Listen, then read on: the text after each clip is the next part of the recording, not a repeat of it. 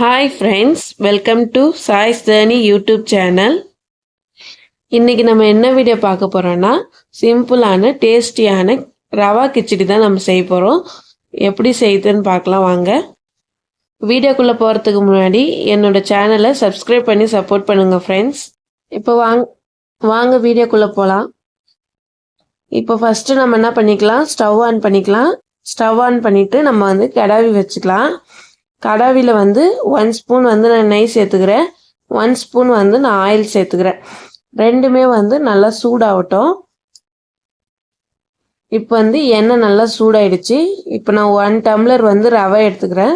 இந்த ரவையை இந்த எண்ணெயிலே நம்ம லைட்டாக வறுத்துக்கலாம். நல்லா கிளறி விட்டுக்கிறேன். கை விடாமல் நம்ம கிளறிக்கலாம், இல்லைன்னா காந்துடும். சிம்மில் வச்சுட்டு நம்ம நல்லா ரவையை வறுத்துக்கலாம். இப்போ ரவை நல்லா வறுத்துட்டேன். இப்போ அதுக்குள்ளே நம்ம பார்த்தீங்கன்னா கேரட்டை ஒரு பெரிய சைஸ் கேரட்டை சின்ன சின்னதாக கட் பண்ணி வச்சுருக்கேன். அப்புறம் ஒரு 10 முந்திரி ரெண்டு ரெண்டாக கட் பண்ணி வச்சுருக்கேன். இஞ்சி ஒரு சின்ன துண்டு நான் சின்ன சின்ன பீஸாக கட் பண்ணி வச்சுருக்கேன். இப்போ ஒரு 2 பெரிய சைஸ் வெங்காயம் கட் பண்ணியிருக்கேன். 2 தக்காளி, பெரிய சைஸ் தக்காளி கட் பண்ணியிருக்கேன். ஒரு பச்சை மிளகாய் நான் கட் பண்ணி வச்சுட்டேன். இப்போ ரவை நல்லா வறுபட்டுச்சு. ரவை நல்லா வறுபட்டுச்சு. கலருமே லைட்டாக சேஞ்ச் ஆகிடும். கொஞ்சம் ஸ்மெல் நல்லா வரும் வறுபட்டதுக்கப்புறம். இந்த ஸ்டேஜில் நம்ம என்ன பண்ணிடணும், ரவையை அடுப்பு ஆஃப் பண்ணிவிட்டு இன்னொரு பிளேட்டுக்கு நம்ம அதை மாற்றிக்கலாம். இப்போ அதே கடாவி நான் அடுப்பில் வச்சுட்டு நெய் சேர்த்துக்கிறேன். ஒரு 1/2 ஸ்பூனுக்கு நம்ம நெய் சேர்த்துக்கலாம். இப்போ நெய் ஊற்றிட்டேன். இப்போ கொஞ்சம் எண்ணெய் சேர்த்துக்கலாம். தாளிக்கிறதுக்கு ஏற்ற மாதிரி நம்ம இப்போ எண்ணெய் நான் ஆட் பண்ணிட்டேன். எண்ணெய் கொஞ்சம் நல்லா சூடானதுக்கப்புறம் கடுகு சேர்த்துக்கலாம். இப்போ கடுகு போட்டு கடுகு பொரியட்டும் கொஞ்ச நேரம். கடுகு நல்லா பொரியட்டும். கடுகு பொரிஞ்சதுக்கப்புறம் இப்போ கடுகு நல்லா பொரிஞ்சிச்சு. இப்போ நான் கொஞ்சம் சோம்பு சேர்த்துக்கிறேன். சோம்பு போட்டுட்டு சோம்பு பொரிஞ்சதுக்கப்புறம் கடலைப்பருப்பு 1 ஸ்பூனு.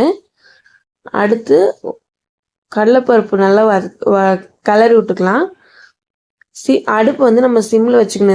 இந்த டைமில் கடலைப்பருப்பு போட்டு நெக்ஸ்ட்டு நான் 1 ஸ்பூன் உளுந்து ஆட் பண்ணிக்கிறேன்.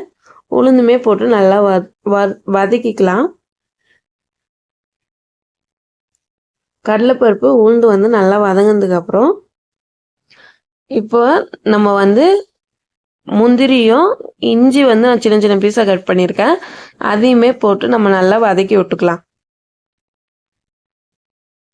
நல்லா வதக்கிக்கலாம். அடுப்பு நம்ம சிம்மில் வச்சுக்கலாம். இந்த டைமில் வதக்கிட்டு இப்போது ஆனியன் கட் பண்ணி வச்சுருக்கேன்ல, ஆனியனுமே நம்ம ஆட் பண்ணிடலாம். ஆனியன் போட்டுட்டு அடுப்பை மீடியமில் வச்சுக்க வேண்டியதான். இப்போ ஆனியன் சேர்த்துட்டு நம்ம ஒரு பச்சை மிளகாய் 1 கட் பண்ணி வச்சுருக்கேன். இது ஒரு கொஞ்சம் பெரிய சைஸ் தான். அதை நான் ஆட் பண்ணிக்கிறேன். நீங்கள் பச்சை மிளகாய் உங்கள் காரத்துக்கு ஏற்ற மாதிரி நீங்கள் அதிகமாகவோ கம்மியாகவோ போட்டுக்கலாம். இப்போ இது ரெண்டுத்தையுமே போட்டுட்டு நல்லா வதக்கி விட்டுக்கோங்க. நீங்கள் அந்த தாளிப்பு கடுகுலாம் போடும்போது நீங்கள் அடுப்பு சிம்மில் வச்சுக்கோங்க. இப்போ நல்லா கிளறி விட்டுக்கலாம். வெங்காயம் பச்சை மிளகாய் வதங்கணும். நம்ம இது வதங்கிறதுக்கு கொஞ்சம் உப்பு சேர்த்துக்கலாம். நான் எப்போவுமே என்னோடய குக்கிங் வீடியோ பார்க்குறவங்க தெரியும், வெங்காயம் போட்டால் நான் கொஞ்சம் உப்பு சேர்த்துப்பேன்.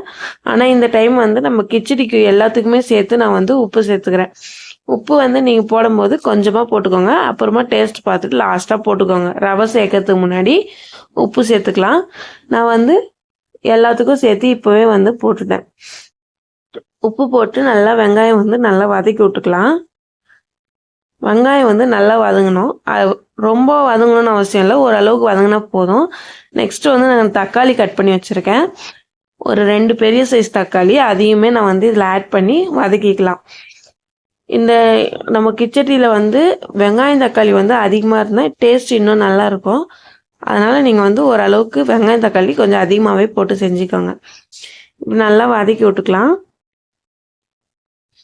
இப்போது இந்த வெங்காயம் தக்காளி மூடி போட்டு நம்ம கொஞ்சம் வேக வச்சுக்கலாம் லைட்டாக. இப்போ நல்லா கொஞ்சம் வந்து ஓரளவுக்கு கிளறி விட்டுட்டு இப்போ மூடி போட்டு மூடிக்கலாம். மூடிட்டு ஒரு 2 நிமிஷம் வந்து மூடி வைக்கலாம். அடுப்புமே வந்து நான் சிம்மில் வச்சுக்கிறேன். ரொம்ப ஸ்பீட் வச்சா காந்துடும். அதனால் சிம்லேயே வச்சு ஒரு 2 நிமிஷம் மூடிட்டிங்கன்னா தக்காளி வெங்காயம் வந்து நல்லா வதங்கி வந்துடும். இப்போ பாருங்கள், தக்காளி வெங்காயம் நல்லா வதங்கிடுச்சு. நம்ம இப்போ கிளறி விட்டுக்கலாம். நல்லா கரண்டி வச்சு நல்லா கிளறும் போதே தக்காளி வெங்காயத்தை வந்து நம்ம அப்படியே மசிச்சு விட்டுக்கலாம். இப்போ வந்து நல்லாவே வதங்கி இருக்கும். அதனால் வந்து ஈஸியாக மசிஞ்சிடும் தக்காளிலாம். நீங்கள் நல்லா மசிச்சு விட்டுக்க வேண்டியதுதான். பார்த்தீங்கன்னா தெரியுதுங்களா, தக்காளி எல்லாமே வந்து நல்லாவே வதங்கிடுச்சு. இந்த ஸ்டேஜில் நம்ம என்ன சேர்த்துக்கலான்னா, இப்போ தக்காளி வெங்காயத்தை வந்து நான் நல்லாவே மசிச்சு விட்டுட்டேன். ஒரு 2 நிமிஷம் வந்து அப்படியே கைவிடாமல் கிளறினு இருந்தேன். இப்போது ஒரு 1/2 ஸ்பூன் வந்து மஞ்சத்தூள் சேர்த்துக்கலாம். 1/2 ஸ்பூன் மஞ்சத்தூள் சேர்த்துட்டு மறுபடியும் நல்லா கிளறி விட வேண்டியதான். மஞ்சத்தூள் நல்லா வதங்கணும், அதுக்காக வந்து நம்ம கிளறி விட்டுக்கலாம். இப்போ மஞ்சத்தூள் வந்து நல்லா கிளறி விட்டதுக்கப்புறம் நம்ம வந்து கேரட் வந்து நம்ம கட் பண்ணி வச்சுருக்கோம்ல, அந்த கேரட்டை வந்து எடுத்துக்கலாம். நம்ம சின்ன சின்ன பீஸாக கட் பண்ணி வச்சுருக்கேன். உங்களுக்கு எந்த ஷேப் வேணுமோ அந்த ஷேப்பில் கட் பண்ணி போட்டுக்கலாம். இன்றைக்கி வந்து நான் வெறும் கேரட் மட்டும் போடுறேன் கிச்சடியில். நீங்கள் வேணுமுன்னா கேரட் கூட பீன்ஸு, பச்சை பட்டாணி, உருளைக்கிழங்கு எது உங்களுக்கு பிடிக்குமோ அந்த காயை வந்து இது கூட ஆட் பண்ணிக்கலாம். நான் இன்றைக்கி வந்து எங்கள் வீட்டில் கேரட் தான் இருந்துச்சு, அதனால கேரட் போட்டுக்கிறேன். நல்லா கிளறி விட்டுட்டு ஒரு 2 நிமிஷம் வந்து அந்த கேரட் அப்படியே மூடி வச்சுக்கிறேன். இப்போ பார்த்தீங்கன்னா ஓரளவுக்கு வந்து கொஞ்சம் கேரட் வந்து நம்ம எண்ணெயிலே வந்து வேக வச்சுக்கலாம். இப்போ ஓரளவுக்கு வெந்ததுக்கப்புறமா மறுபடியும் எடுத்து நான் கிளறி விட்டுக்கிறேன். அடி பிடிக்காமல் இருக்கிறதுக்காக நான் வந்து நல்லா கிளறி விட்டுக்கிறேன் கேரட்டை. இப்போது தண்ணி வந்து நம்ம ஆட் பண்ணிக்கலாம். நான் ரவை வந்து 1 டம்ளர் வந்து ரவை தான் எடுத்திருந்தேன். 1 டம்ளர் ரவைக்கு வந்து 3 டம்ளர் தண்ணி வந்து கரெக்டாக இருக்கும். அதனால் நான் வந்து 3 டம்ளர் அளவுக்கு வந்து நான் வந்து தண்ணி சேர்த்துக்கிறேன். 3 டம்ளர் தண்ணி சேர்த்துட்டு நல்லா ஒரு வாட்டி கிளறி விட வேண்டியதுதான். கிளறி விட்டுட்டு நம்ம வந்து ஒரு தட்டு போட்டு அதை மூடி வச்சிடலாம். அடுப்புமே வந்து இவ்வளோ நேரம் நான் சிம்மில் வச்சுருந்தேன் கொஞ்சம். இப்போ வந்து ஸ்பீடில் வச்சுட்டு நான் மூடி போட்டு மூடி வச்சிடுறேன். இது வந்து நல்லா கொதிக்கணும். இப்போ பார்த்தீங்கன்னா நல்லாவே கொதிச்சிச்சு. ஒரு 5 நிமிஷம் வந்து நான் அப்படியே விட்டுட்டேன். நல்லா தண்ணி கொதிச்சு வந்துச்சு. கேரட்டுமே வந்து ஓரளவுக்கு வெந்துடுச்சு. ஃபுல்லாக வேகணும்னு அவசியம் இல்லை, ஒரு 3/4 வேக்காடாக வெந்தால் போதும் கேரட்டு. இப்போ வந்து நல்லா வெந்து வந்துடுச்சு, கேரட்டும் வெந்துடுச்சு, தண்ணியுமே வந்து நல்லா கொதிச்சு வந்துடுச்சு. நான் இன்னும் கொஞ்ச நேரம் மூடி வச்சிடுறேன். இப்போ பார்த்தீங்கன்னா கேரட் வந்து ஃபுல்லாகவே வந்து ஓரளவுக்கு வெந்து வந்துச்சு. கேரட் வந்து நம்மளுக்கு வந்து லைட்டாக வேகாமல் கூட சாப்பிடலாம். அதுவே நீங்கள் வேறு எதனா காய் போடுறீங்கன்னா நல்லா வேக வச்சுக்கோங்க. இப்போ வந்து நான் ரவை எடுத்து வச்சுருந்தோம்ல, அந்த ரவையை வந்து இந்த ஸ்டேஜில் கொட்டிடலாம். நீங்கள் வந்து நான் வீடியோ எடுக்கிறதுனால நான் உடனே கொட்டிட்டேன். நீங்கள் வந்து ஒரு கையில் ரவை கொட்டின்னு ஒரு கையில் கிளறி விடுங்க, இல்லை கட்டிப்படும். நான் வந்து கொட்டிட்டு உடனே கிளறி விட்டுட்டேன். இப்போ வந்து ரவை நல்லாவே வந்து போட்டு கட்டி இல்லாமல் கிளறிட்டேன். நான் வந்து சிக்கன் மசாலா வந்து நான் ஆட் பண்ணியிருக்கேன், இல்லைன்னா நீங்கள் கரம் மசாலா, இது வந்து ஆப்ஷனல் தான். ஒரு ஃப்ளேவருக்காக நான் சிக்கன் மசாலா ஆட் பண்ணியிருக்கேன். இதே மாதிரி வந்து நல்லா கிளறி விட்டுக்க வேண்டியதுதான், கைவிடாமல். இந்த ஸ்டேஜ் வந்து நம்ம கைவிடாமல் கிளறி விட்டுக்கணும் கிச்சடி, இல்லைன்னா வந்து அங்கங்கே காந்துடும், இல்லைன்னா கட்டி ஆகிடும். அதனால் வந்து நல்லா கிளறி விட்டிங்கன்னா தண்ணியெல்லாம் நல்லா வந்து அப்சர்வ் ஆகி நல்லா வெந்து வந்துடும் ரவை. அவ்வளோதாங்க. இப்போ பாருங்கள் கிச்சடி பாருங்கள் நல்லாவே ரெடியாகி வந்துச்சு. இந்த ஸ்டேஜ்லேயே நம்ம ஆஃப் பண்ணிட்டோம்னா ஆறுன உடனே பார்த்தீங்கன்னா நல்லா கட்டி போயிடும். அதனால் வந்து இந்த ஸ்டேஜ்லேயே நம்ம வந்து அடுப்பு ஆஃப் பண்ணிக்கலாம்.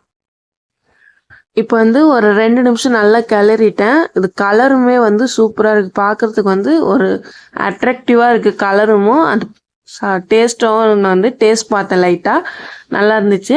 இதுக்கப்புறம் அடுப்பு ஆஃப் பண்ணிட வேண்டியதுதான். பொறுமையாக வீடியோ பார்த்த எல்லாருக்கும் ரொம்ப ரொம்ப thanks. Please subscribe my channel.